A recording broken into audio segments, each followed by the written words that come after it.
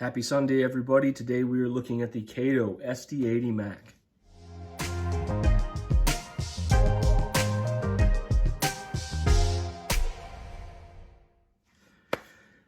All right, interesting video I get to put together today.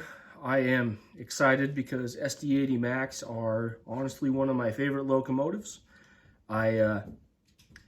It's weird how things tend to work out. I became a big fan of the SD70 ACE kind of later in life when I started to re-enter the trainosphere. All of us kind of tend to do this, where we start off in our younger years enjoying model trains, and then as an adult you kind of roll back into it. And I really was attracted to the way the SD70 look, or the way they looked as they would occasionally roll into town. They are a bit of a rare sight in the area that I live in, and I'm kind of one of those people, as I kind of come to like something, I tend to research it, and you work up through the different levels of engines that kind of predated it. And as cool as the SD70Mac is and has an awesome place in kind of the history of the area that I'm in, the SD80s generally weren't seen in my area, and I gotta say, I really love the look of the SD80s. And a little PSA to put out there: please, any N-scale brand, I don't care who you are, and maybe Scale Trains, I should probably talk to you guys, because you guys picked up the Fox Valley model molds for the SD70 ACEs. The rebuilds that NS did on these things that have the newer cabs, there's also the Canadian National ones, or maybe it's Canadian Pacific, can't remember. Anyway, love those new body styles on those rebuilds. They're awesome. That being said, the brand new Tier 4 whatever SD70s, with however they classify those, with the new body style, love the look of those. Please, somebody make those in N scale. I'd be so excited. But these engines kind of have a special place in my heart. They are bigger, they're beefier, they're just all around cool engines, and I've wanted some on my layout for a long time. I'm not a big Union Pacific guy, so the CSX and the NS kind of seem to be the way to go. I had a hard time finding NS on eBay for the longest time. These generally you have to pick up new old stock or used. They're currently not in production anymore. They generally pull a pretty hefty price point unless you're willing to search for deals on eBay, which is what I did. And I happened across my CSX first and really enjoyed it. I got it at the same time as an SD90 /43Mac. Anyway, when I get to that review, that's a separate thing. For the most part, they kind of look the same. The SD80s are just a little cooler in my opinion, and I'll talk about that maybe a little bit later. But I finally got my hands on the NS, and I gotta say, if you're gonna get one, the NS is the paint job to get, because it is just so cool on any layout. And I will probably be trying to find another NS unit at some point just to have, because they are just so darn cool. And I would love the newer paint scheme, the all dark blue, the dark future, I think, is the paint scheme for CSX. I might maybe try to sell off my 801 and pick up one of those instead. I don't know. We will see.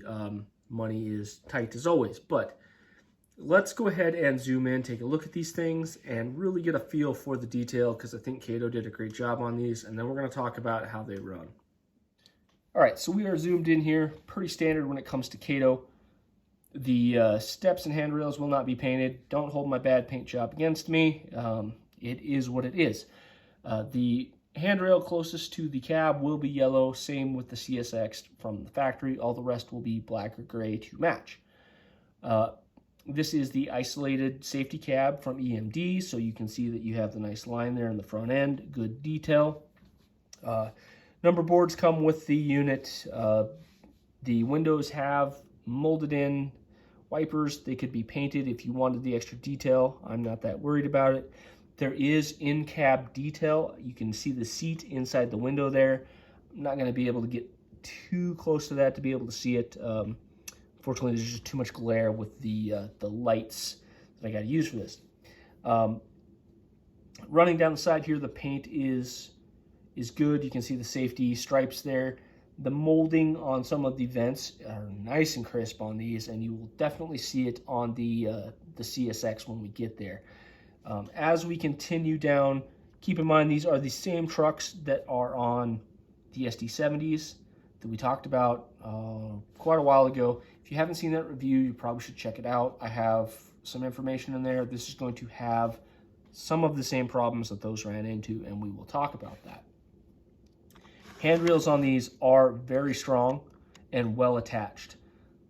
One of my nitpicky things, I love that they get that. Fuel tank is not painted, not the biggest deal. I wish they would provide some of those things. The NS logo here on the side tends to be a little light. Like you can see there in the door panels that it didn't quite get enough paint. You might even be able to say that about the CSX one as well when we get there. So a little lower quality than I'm used to seeing in this particular area from Kato. If you have not seen the top of an SD80, we have the larger radiator with the 3 fans, and then the big fan there in the back. Love the detail on this. Kind of the same rear end as an SD70 ACE. We'll get a little bit further here and we will look at the back of this and where it differs. There are some big square off blocks in the back here. I honestly have not researched these models that thoroughly to know what that is, but it is a big giveaway that you are looking at an SD80.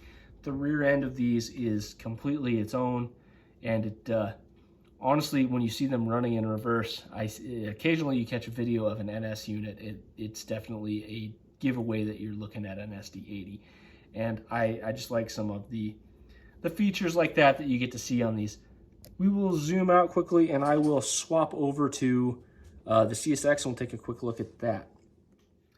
This is one of the points I wanted to bring up on the CSX because the gray and blue paint really bring out the detail. And so you can really see it on this model. But when you're looking at the side and the louvers here, I mean, just super crisp. And as we continue down the side here, let me zoom out just a touch, get a little better view. Look at the grill work. I mean, it is just so sharp and looks great in this paint job. Something I really like about this old CSX stuff. Door panels are nice and deep. And again, when you look at the CSX logo, you can see some light spots in those door panels. So probably could have used a little thicker coat of paint, but acceptable for the price point that these should come in at. Again, as we continue to the back here, the grill right here, nice and deep, well defined. I mean, not a brass model, so you can't see through this, but really for plastic, that is excellent mold work. And then, yeah, as we continue back here, you can see the big door on the back. It's much easier to tell on the yellow here, but that is the big defining feature that will tell you you're looking at an SD80. So before we talk about the usability of these things, important to note that we probably should talk about Decoder and the way they function. I have never ran these on anything other than TCS. I purchased all of these after I made the decision to jump into TCS decoders. So I really can only recommend TCS decoders in these. Possibly ESU if you wanted to do some farting around and some milling, but honestly the drop-in TCS decoders have been wonderful, and they really do make these things pulling hogs. I've decided to add pulling power tests to all of my reviews, and I'm continuing to work on my backlog of my other engines. This week has been a little bit crazy at my house, so I had to do the pulling power testing while my family was around, so I did not get video of it, but I will give you the results. These particular units, both of them were capable of pulling 11 cars up the incline at 20 miles per hour, as well as one tie at a time. I will state though, these are currently set up to be speed matched with my Broadway units. And just because of the way they interact, the low speed control tends to be a little bit higher than they are capable of. It just helps them work a little bit better when they're in consist with the Broadway units. I do not have my ESU system back yet, and changing CVs is impossible on layout, and I didn't want to do a bunch of change it 3 or 4 times by jumping back and forth between it and JMRI. So I left it the same. They're still run relatively slowly, just not as slow as I know they're capable of, but they did pull the 11 cars. 12 was the absolute max. They 100% stalled out at 12 cars. So far, these are the hardest pulling engines that I have. I do want to preface that though. I was reached out to by a patron on one of my last pulling power videos that I produced, and he was curious if weight played a role in the pulling power. And obviously, the heavier the engine, the better they're going to pull. But at some point, the motor characteristics start to take over, decoder characteristics. If the motor's not strong enough to pull the weight, it's just not going to do it. So there's got to be a happy medium at some point. So the way I decided to calculate this particular percentage, it's for every 10 grams of weight the engine has, how many cars will it pull? So you take the total weight, divide it by 10, and then take the total weight, divide it by 10, and then divide it by the numbers of cars it can pull to get the percentage. Most of the units I've tested so far tend to fall in the 60 to 70%. So if it was a 100-gram engine, it pull anywhere from 6 to 7 cars. These particular units are 113 and 115 grams respectively. They can pull 11 cars, so we're right in the ballpark of the 80 percentile. And honestly, that is pretty good from all the testing I've done. These are up in the higher end of the engines for pulling power. A little bit of a hint there, the Broadway Limiteds, although being lighter than the Katos, have a better weight to car ratio. So that is kind of an interesting thing. I will talk about it on my Monday Railside chat because it has some interesting dynamics with some of my previous reviews and the things I've said. So I want to kind of correct some things there and talk about it. So tune in Monday. I'm going to deep dive into that, and I do have some questions for the community then too. But absolutely, these things can pull like nobody's business. So let's go ahead and talk about usability on these things. Again, running TCS decoders. Let's just slide this to the side here. We're going to turn on power, and just like always, lights on the TCS are 100% the best in the business. There's no brighter LED, short of someone putting on an aftermarket, than the TCS decoders. This is dim, and we're just gonna, right there is bright. Don't get any better. No cab light bleed. They function perfectly in the body, easy to install. Gotta go with TCS. When it comes to slow speed control, like I said, these tend to be a little bit fast because I have a higher start voltage. This is also difficult with my DCS 51 to do low speed steps. You kind of gotta naggle it a little bit. You will notice a bit of a jerk there. That is indicative of that higher start voltage as well as the back EMF from the TCS decoders. The best way to fix that is to add a little bit of momentum. I've done this on my SD70s. It completely cleans this up. A value of about 20 makes that really smooth out the engines. The thing of it is that acceleration rate really does not match my Broadway engines, and I've been trying to run these in consist with my AC6000 occasionally, and because I do that, they just tend to work better if I don't have any momentum settings installed. Again, I wish I could just change that for the review. However, I'm really fighting not having my ESU system. I'm honestly really starting to miss it at this point. As we move forward and talk about this, these struggle from some of the same issues that the SD70s do.